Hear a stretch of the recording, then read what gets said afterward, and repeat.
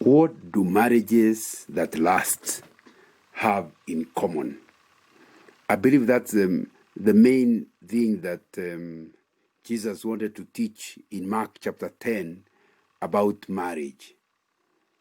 You see, these days it's become quite normal to find marriages that don't last. The other day I was talking with a young person who got married not too long ago, 5 years, who had gotten married for only 5 years, and told me, half of the couples that we married with are now living separate lives.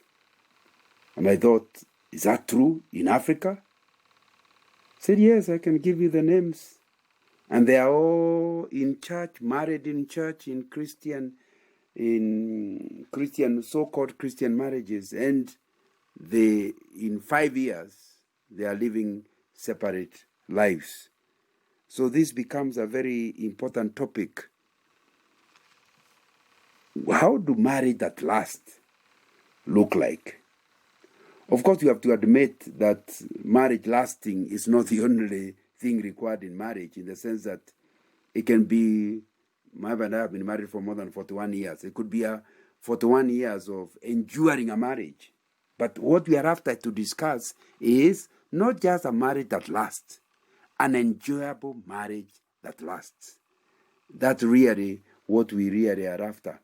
That you have decided to have a marriage that will not only last, but you will enjoy it all the many years. Some people last for 50. There are people who have celebrated 60 years of marriage. So that when you have only celebrated 40, you look very young, because many people have celebrated the Golden Jubilee and beyond.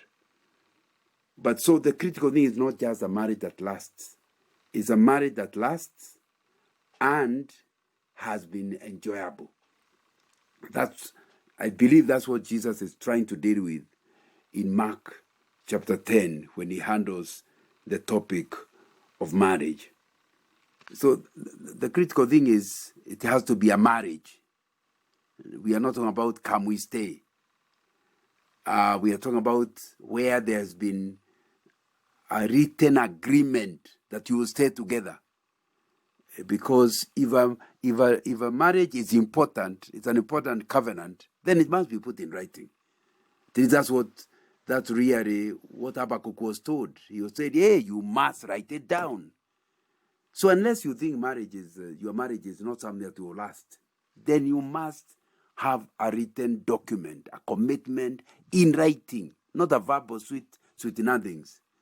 And that is the first thing that will be needed. If you're married, you want a marriage that lasts, then the commitment must be a written commitment, just like God's covenants are. When God gave a covenant with man, the 10 Commandments, he wrote it. The Bible tells us it was written with the finger of God. It's a covenant between man and God wants it to put it in writing. So if you see somebody suspicious and very reluctant to get his marriage registered legally, you should not see any possibility of a long-lasting marriage. Of course, I do know that our forefathers could not write, and they still had marriages that lasted. But now that it's possible to write, because them, they were not refusing. That's why the marriage, there was a real commitment, but they didn't know how to write. Now, if you really want a marriage that lasts, then sign on the dotted line. Make a commitment. And that will be something that will be very, very, very important to talk about and to deal with. So if you do not start thinking that there is a way around about it. God's covenant are always written, and it's important to put it in writing. So when you see somebody reluctant, be aware that there is a possibility he can see an escape route. He's looking for an escape route, which of course there isn't in a Christian marriage. And that will be something that we will need to accurately deal with. So the first thing is there a written commitment? Have you committed yourself for life? But I think the second thing we need to deal with is, do you, even as you commit, are you clear what you have committed yourself to? In other words, is it something that is clearly a commitment that that everybody understands? Is there a full knowledge, full disclosure? If you want a marriage that lasts, there must certainly be full disclosure as somebody is committing, so they know what they are committing themselves to. In Mark chapter 10, verse 1, it says, Jesus then left that place and went into the region of Judea across the Jordan. Again, crowds of people came to him, and as was his custom, he taught them. Some Pharisees came and tested him by asking, is it law for a man to divorce his wife? In other words, must the marriage last? That's the question that Jesus is exactly answering. Must the marriage last? Is it important that the marriage last? Way down in verse 9, he says, therefore, what God has joined together, let no one separate. You know, the second thing I want to emphasize on this commitment is that it needs to be open, but it needs to have a common understanding. And this common understanding of a marriage that lasts is an understanding that it's not the two of you, it's not the two people who signed. There's another one who never signed that is even more important to this. A covenant is not just between two people. God is part of it. Let's read verse 12 again. And if she divorces her husband, now verse 9, therefore, what God has joined together, let no one separate. In other words, it's not you that convinced your wife to marry you. She talked to God herself to find out whether it was right for her to be in this marriage. It's not you that convinced your girlfriend or your husband. It's God who brought you together. So a marriage that lasts is a marriage that involves God, where it is clear what you're entering into is a Christian marriage where God is a witness. And if God is a witness, he is saying, if God is the one who has brought you together, no human being, and by the way, the husband is a human being, no human being, and the wife is a human being, is allowed to separate. So when you talk about a marriage that lasts, we are referring to a marriage that doesn't last because the two people are willing to make it last. They are making it last because they fear God and they want to honor God. So that will be important. So that's why in a marriage that lasts, no one ever mentions the word divorce. You don't joke around. You know, if you joke with me, I will divorce you. That kind of, you are planting seeds that show that this marriage will not last. You don't even want it to last. Every time you're annoyed, you know, mintarudi kwetu, I'll go back home. Or to use the Kikuyu saying, you know, my gray hair will not be seen in your home. And that's somebody who is in their 20s, because they don't have gray hair yet. So it's important to understand there needs a commitment for longevity by the fear of God, because you realize this covenant is not a covenant that is between the two of you. There's a God, and this God who is a part of your marriage covenant is saying, no human being, no magistrate, no lawyer, no parents, because sometimes it is the in-laws that don't like the relationship. No in-laws, because they're also human. He simply states it categorically, no human being, no one can separate. So that's why we normally say in the wedding, until death do us part, until death do us part. And so it's important to understand. So it will be important that you have a common definition of marriage by agreeing that this is a Christian marriage and it's a divine appointment. That is marriage made in heaven. And it is a relationship that's more like a triangle. There's a man and a woman at the base of the triangle, and God at the apex of the triangle. And it will be important to understand, in as long as the two are moving towards the apex, the distance between them gets less and less. So if you really want a marriage that lasts, it will be important to have this Christian definition for your marriage. Number 2, to have this triangle idea, understanding that God is in this. And if I want this marriage to last, I must keep close to God. Because the closer I come to God, the shorter will be the distance between me and my spouse. And therefore, the more unlikely that we would ever separate. We cannot separate. We'll end up together for life. That is important. I think the same message is being repeated in verse 6. But at the beginning of creation, God made them male and female. So you need to understand these separations that are happening were not in the original template of marriage. When God made them from the beginning, male and female, it's so that they would be married once. There was going to be a wedding once. Of course, unless one of the spouses dies. So it is marriage until death do us part. So have a common definition of marriage. Agree you want a Christian marriage. And so you agree that God is a part of your marriage. And that will help your marriage to last. I think thirdly, I see in verse 8, and the two will become one flesh. So they are no longer two, but one flesh. I think here we are talking about not just physical oneness. We are talking about mental oneness, social oneness. Do you want your marriage to last? Then you must have oneness in all that sense. The two will become one, verse 8 is saying. So they are no longer two, but one flesh. So here, in the third item, I want to emphasize the idea of having a common vision,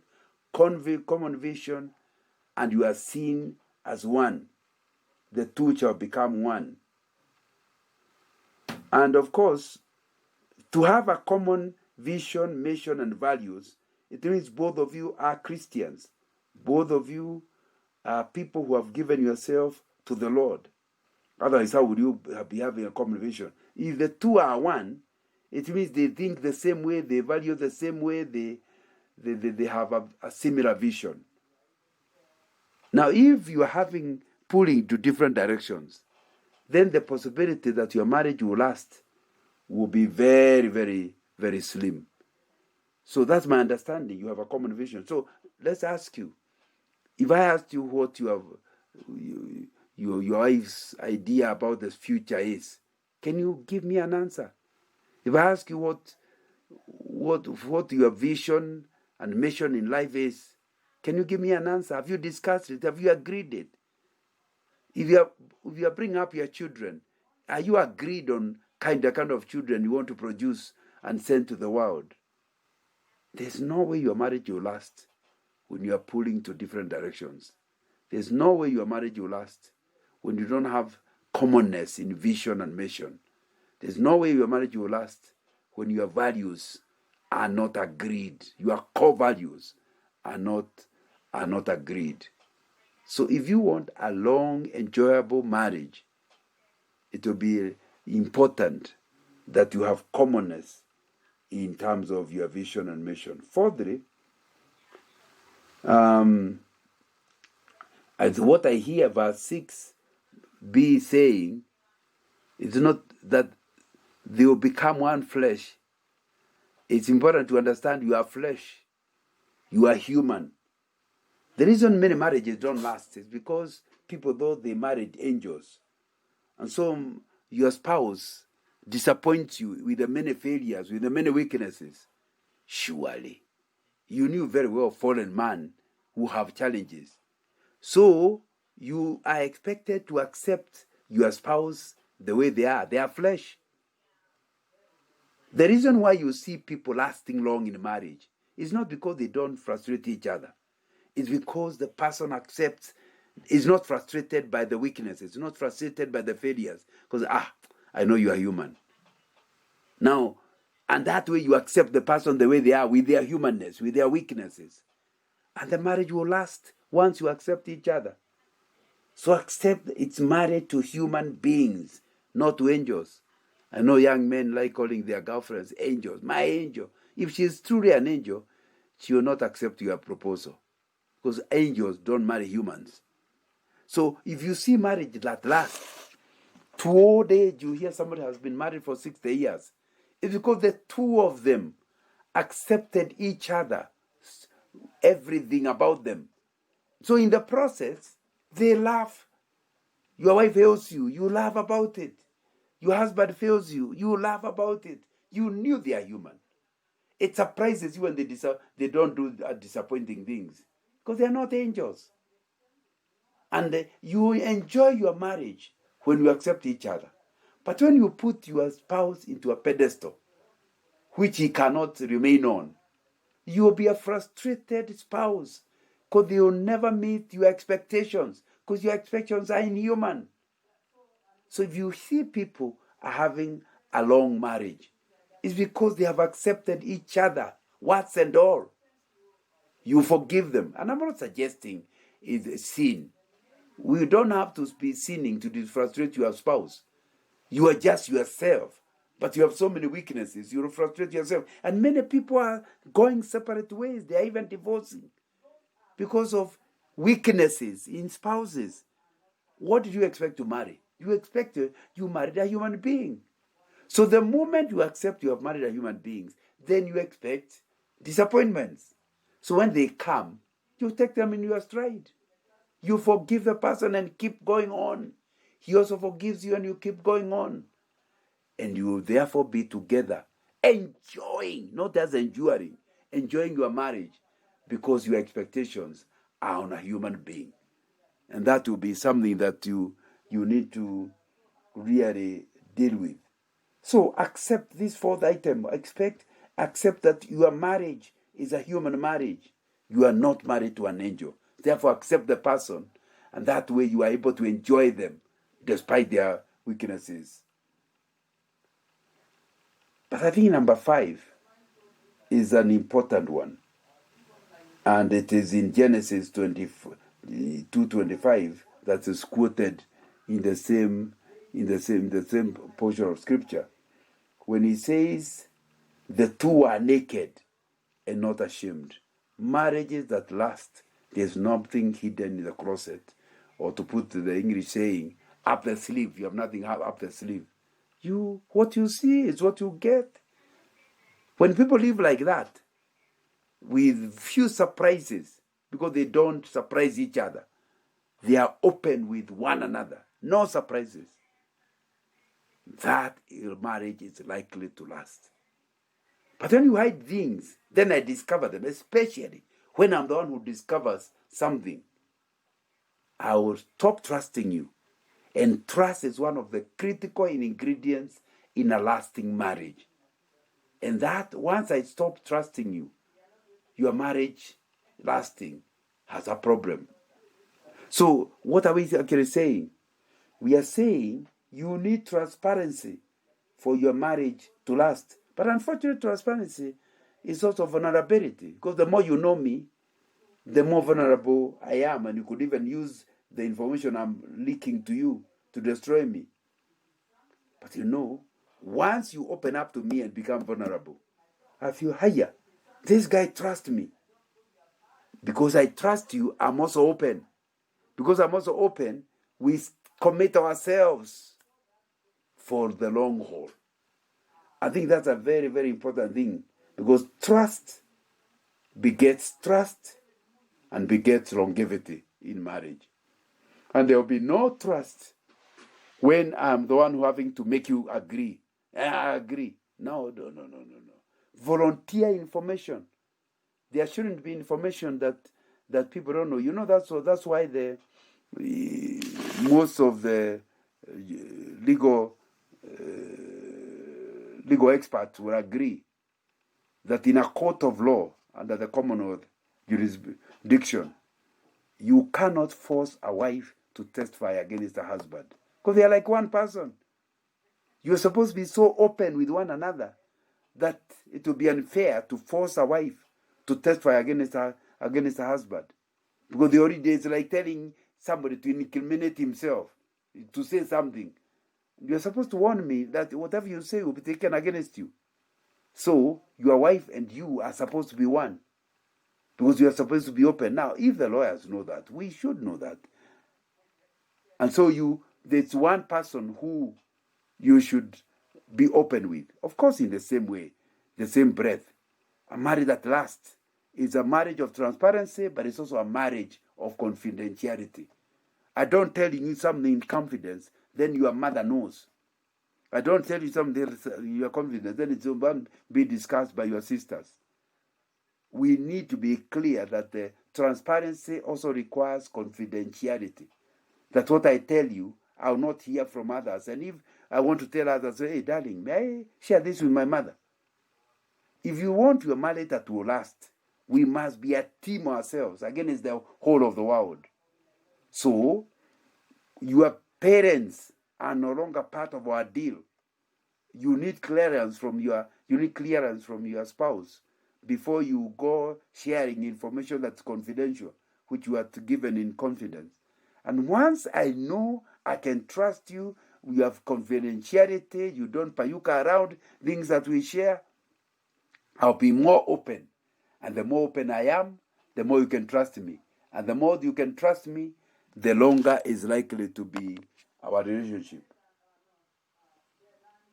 Number 5, we must decide from the beginning that we are never going to divorce. Accept permanence of marriage.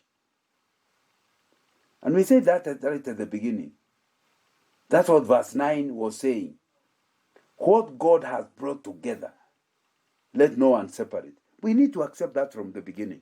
That's why we said the word divorce should never be mentioned. You can disagree with each other, you can quarrel, but you will always be looking for a way of sorting out the matter, including going to counselors, including going to whatever. But divorce is a no-go zone. It's not a word that should be allowed to enter your mind, and worse still, to actually come out of your mouth. So we need to know that we can even live separated lives. If there's one person has become violent, you can live separate. But that's not divorce. That's giving the other person time to heal so that we can come back together. So that really, so the marriage will last. That doesn't mean along the way there has not been difficult times together. But divorce was never an option. You accepted the permanence of this relationship, because in a covenant, like we said earlier, where God is a party, he is saying divorce is a no-go zone. In Malachi chapter 2, he is actually saying, I hate divorce. I don't just dislike it, I hate it. And it's important to understand that if God is a part of your marriage, then that needs to be dealt with. And I'm not saying you become a doormat so that your spouse misuses you. But the reason why people talk divorce is not separation. It's because they want to remarry. That you never, once you have tasted one man, it should be that you will never have sex with another man except if this one dies. So therefore it needs to be very clear, even if you separate, you are not separating to open up for a process of remarriage. No. Remarriage is not you are going back to living like a single person until your relationship can be healed. That will be something that you have to actually deal with. So, what we are saying then, number 7, is that number 7 is that you are going to be a person who is going to be one in every way. Socially one, mentally one, physically one, but that's the one people like to get into. But you are going to be one. Oneness in marriage. And that will be something that you own up to. And in that idea of becoming one, when you own your spouse, it will be very easy then to look after your property. So you invest in improving your spouse. You invest in, and of course you wait for return on investment. Or if you're investing, It's because you want something long term. You don't invest in something you hope to lose. So invest in that relationship because you want to stay with the person long time. And that will be something that you have to agree on. 7. I think verse 7 has something to add. For this reason, a man will leave his father and mother and be united to his wife. For this reason, a man will leave his father and mother. So do you want a long marriage? You must learn how to live. You must exclude everybody else so that you commit to this relationship. There's no way you hope to have a long relationship when you are still keeping in touch with your ex-boyfriend, with your ex-girlfriend. No.